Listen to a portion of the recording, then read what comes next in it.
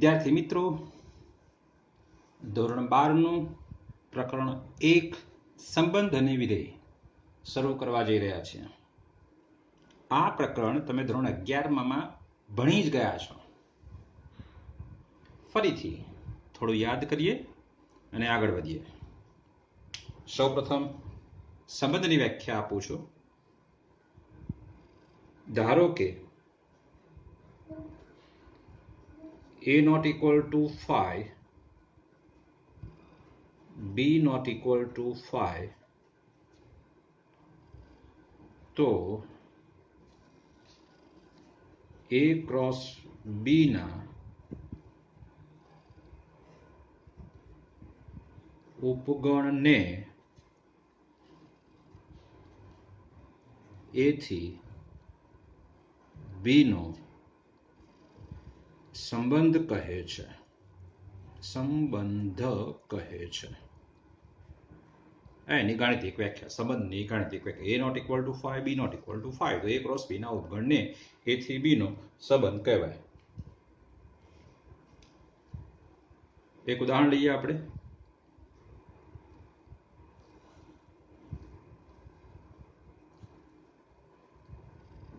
ધારો કે a બરાબર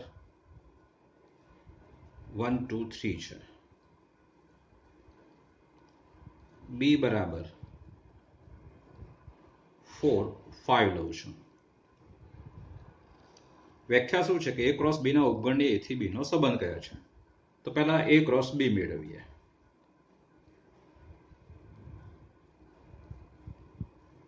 વન ટુ થ્રી ક્રોસ 4 5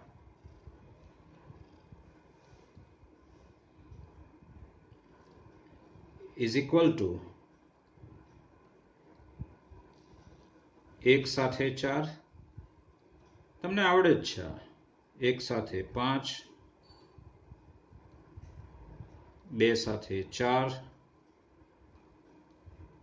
બે સાથે 5,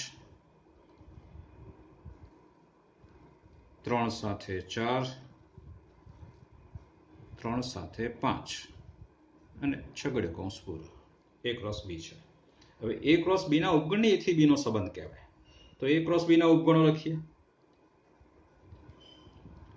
a ક્રોસ b ના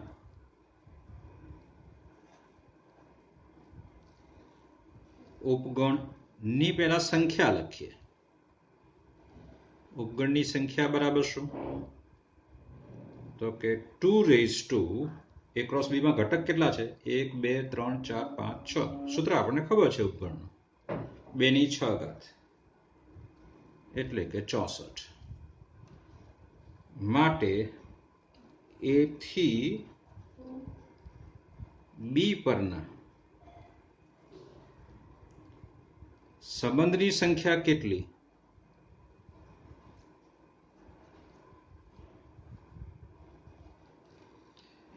બરાબર 64. સંબંધ કોને કહે છે? તો a ક્રોસ b ના ઉપગણને. a ક્રોસ b ના ઉપગણ 64 છે. તો a થી b પરના 64 સંબંધ મળે. એ કયા સંબંધ? તો બહુ સ્પષ્ટ છે કે પહેલો સંબંધ 5, પછી એક ઘટક વાળા છગડીયા કૌંસમાં એક ઘટક લઈએ 1 4, છગડીયા કૌંસમાં એક ઘટક લઈએ 1 5. આ રીતે આવશે. પછી બે ઘટક વાળા, પછી 3 ઘટક વાળા. બે ઘટક વાળામાં લખીએ આપણે 1 4, 1 5. આ રીતે બે ઘટક વાળા આવશે. 3 ઘટક વાળા લખીએ 1 4, 1 5, 2 4 અને બીજા ઘણા બધા. એ પછી 4 ઘટક વાળા આવશે, 5 ઘટક વાળા આવશે અને છેલ્લે આવશે 6 ઘટક વાળો. 6 ઘટક વાળો એટલે કોણ? આ પોતે a ક્રોસ b પોતે આવશે. 1 2 3 4 5 6 એક જ છે એટલે છેલ્લે આવશે a ક્રોસ b પોતે. આ એના ઉપગણો છે, 64 ઉપગણો થશે, મતલબ 64 સંબંધો થશે. એમાં પહેલો જે સંબંધ છે એને આપણે ખાલી સંબંધ કહેવાનો છે, અને છેલ્લે જે મળ્યો છે આ જે છે તે એ છે સાર્વત્રિક સંબંધ. આ સાર્વત્રિક સંબંધ છે. સંબંધની બીજી વ્યાખ્યા લઈએ. જો a not equal to 5 તો a ક્રોસ a ના ઉપગણને a પરનો સંબંધ કહે છે. જો a નોટ ઇક્વલ ટુ 5 તો a ક્રોસ એના ઉપગણને a પરનો સંબંધ કહેવાય છે. આનું ઉદાહરણ આપીએ આપણે તો આની જેમ જ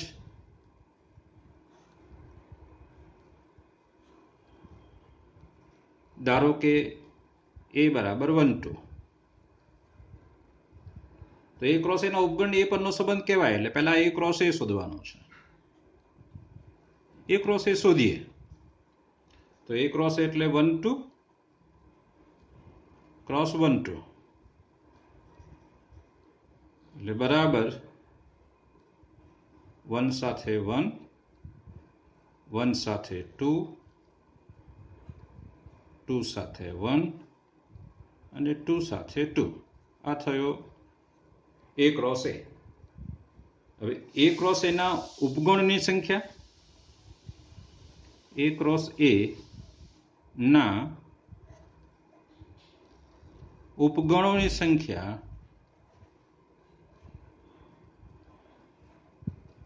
બરાબર શું? તો 2 રેઝ ટુ 1 2 3 4 4 બરાબર કેટલા? 16. એનો મતલબ એ થયો કે a પરના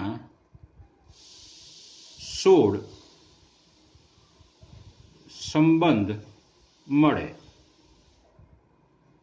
અને એ સંબંધ કયા? તેના ઉપગણ શોધવાના.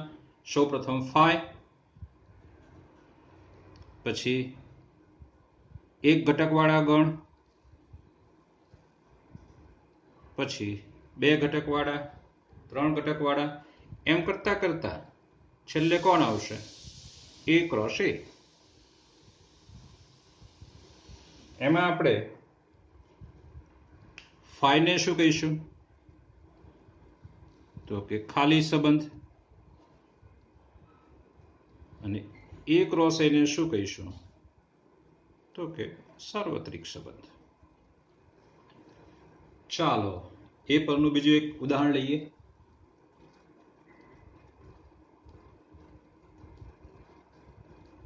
ધારો કે a બરાબર 1 2 અને 3 છે. હવે આપણે a ક્રોસ a શોધતા નથી, સીધું r લઈએ અને a પરનો સંબંધ r બરાબર ગુણધર્મ રીતે લખીએ છીએ a b, જ્યાં b equal to 2a. ab belongs to a. મતલબ આ r એ a પરનો સંબંધ થશે.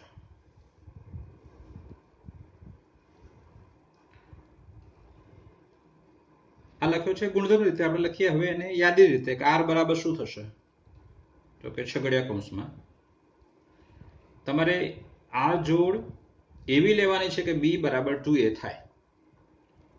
એટલે a બરાબર તમે 1 મૂકો તો b બરાબર 2 થશે. હવે a બરાબર 2 મૂકશો તો b બરાબર 4. 4 તો આમાં છે નહીં. આપણને શું કહ્યું છે કે a ને b બિલોંગ્સ ટુ a લેવાનો છે, એટલે આ સંબંધ પૂરો થઈ ગયો. એટલે r એ a પરનો સંબંધ છે. બીજો એક સંબંધ લઈએ આપણે R2 એ પરનો સંબંધ જ લઈએ છીએ, કંઈક અલગ રીતે લખીએ. XY જ્યાં X ગ્રેટર ધેન Y. શરત એ છે કે ભાઈ X Y બિલોંગ્સ ટુ એ લેવાનો છે આપણે.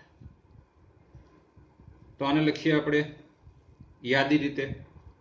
તો સંબંધ કયો છે કે X હંમેશા Y થી મોટો હોવો જોઈએ, એ સંબંધ હોવો જોઈએ. મતલબ X ને તમે 1 લઈ શકશો નહીં, 2 લઈ શકાશે, કારણ કે 2 1 થી મોટો છે.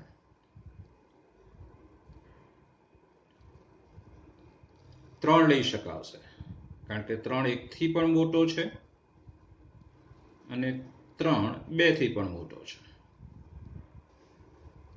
R1 લખ્યો, R2 લખ્યો. એક હજુ લઈએ સંબંધ R3 બરાબર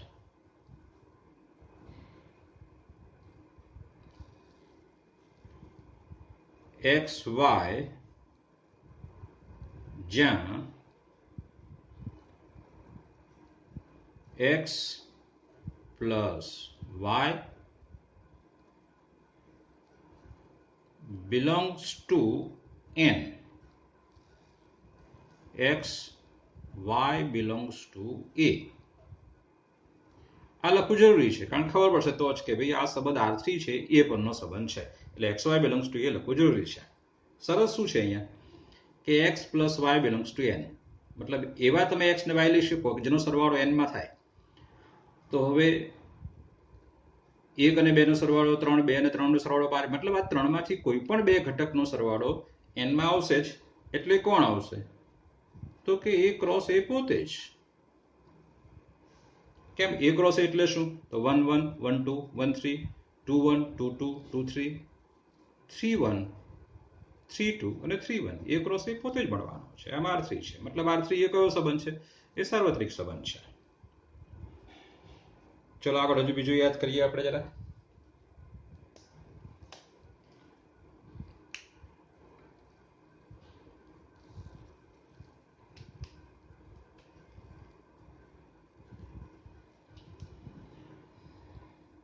અહીંયા હવે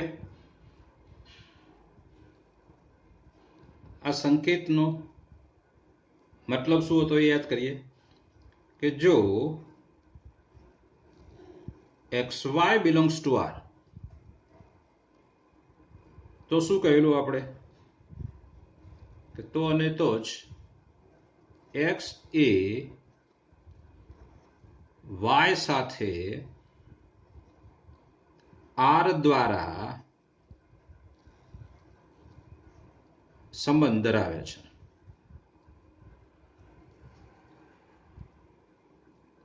એક બીજી વાત કરીએ, તમને યાદ હોય તો XY belongs to R. આનો બીજો સંકેત શું લીધેલો? X પછી વચ્ચે કેપિટલ R અને Y, મતલબ X એ Y સાથે R દ્વારા સંબંધ ધરાવે છે. એટલે તમે આ લખશો તો પણ ચાલશે અને આ લખશો તો પણ ચાલશે. બંનેનો મતલબ એક જ છે કે X એ Y સાથે R દ્વારા સંબંધ ધરાવે છે. જો આ લખ્યું છે આપણે, ધારો કે AB does not belongs to R, તો આનો મતલબ શું કરવાનો છે કે A એ B સાથે R દ્વારા સંબંધ ધરાવતો નથી.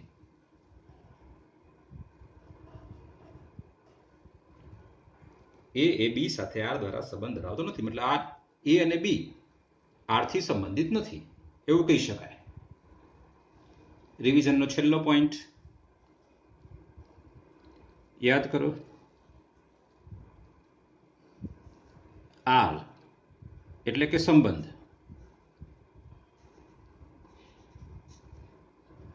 ના પ્રદેશ અને વિસ્તાર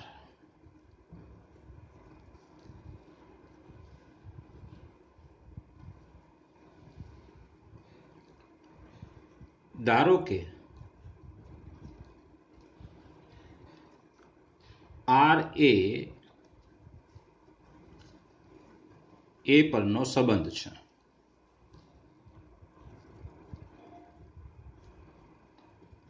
અને આર બરાબર આ રીતે લખીએ છીએ એ બી, જ્યાં એ પ્લસ બી બરાબર 2ab. AB belongs to A.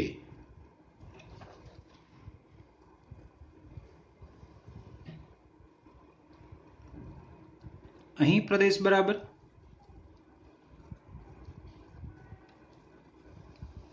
ક્રમયુક્ત જોડનો પહેલો ઘટક એનો ગણ મતલબ એનો ગણ. હા, શરત શું હતી કે ભાઈ એ બી જે છે એ બિલોંગ્સ ટુ આર હોવો જોઈએ. આ પ્રદેશ હતો. અને વિસ્તાર તો કે આરની અંદર જે ક્રમયુક્ત જોડો છે એનો પાછળનો ઘટક એટલે કે બી નો ગણ. હા, જે તમે ક્રમયુક્ત જોડ એ બી લો છો એ બિલોંગ્સ ટુ આર હોવો જોઈએ. આ પ્રદેશ અને વિસ્તાર છે. એનું એક ઉદાહરણ લઈએ પ્રદેશ અને વિસ્તારનું.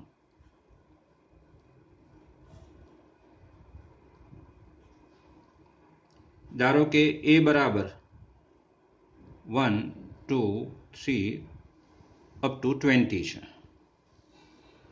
અને એના પરનું એક સંબંધ લઈએ છે. સંબંધમાં અર્થ દર્શાવીએ છીએ કે એ અને બી વચ્ચે સંબંધ શું છે તો કે બી બરાબર 3a, જ્યાં એ બી બિલોંગ્સ ટુ એ છે. એ પરનો એક સંબંધ આર લીધો છે આપણે. માટે આરને પહેલા આપણે યાદીની રીતે લખવો પડશે.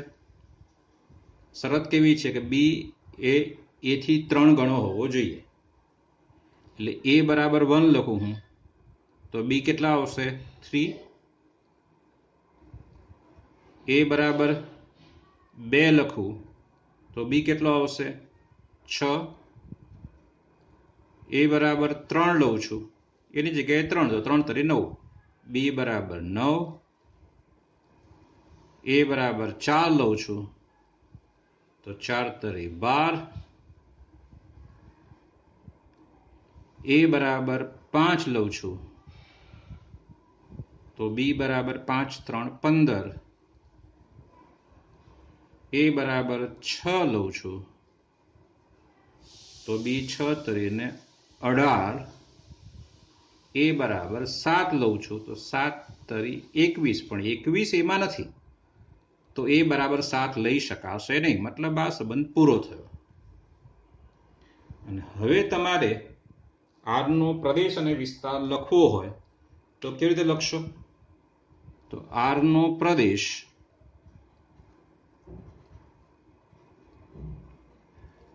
એટલે શું? તો ક્રમયુક્ત જોડનો પહેલો ઘટક એ એનો પ્રદેશ છે. મતલબ 1, 2, 3, 4, 5, 6 આ આરનો પ્રદેશ છે. અને આરનો વિસ્તાર લેવો છે તો આરનો વિસ્તાર એટલે આરનો વિસ્તાર તો બીજો ઘટક ક્રમયુક્ત જોડોનો બીજો ઘટક એ એના વિસ્તારમાં આવશે. મતલબ 3, 6, 9, 12, 15 અને 18 આ એનો વિસ્તાર છે. વિદ્યાર્થી મિત્રો, આશા રાખું તમને યાદ આવી ગયું હશે. હવે આગળના લેક્ચરમાં ધોરણ 12નું શરૂ કરીશું. તો આગળનું લેક્ચર ચૂકતા નહીં અને સમજજો, સમજીને તૈયાર કરી અને મને આગળ કહેજો. કમેન્ટમાં જણાવજો તમને જે કંઈ તકલીફ હોય એ હું ફરીથી પાછો સમજાવીશ જ, વારંવાર સમજાવીશ, તમને આવડવું જોઈએ. આવજો.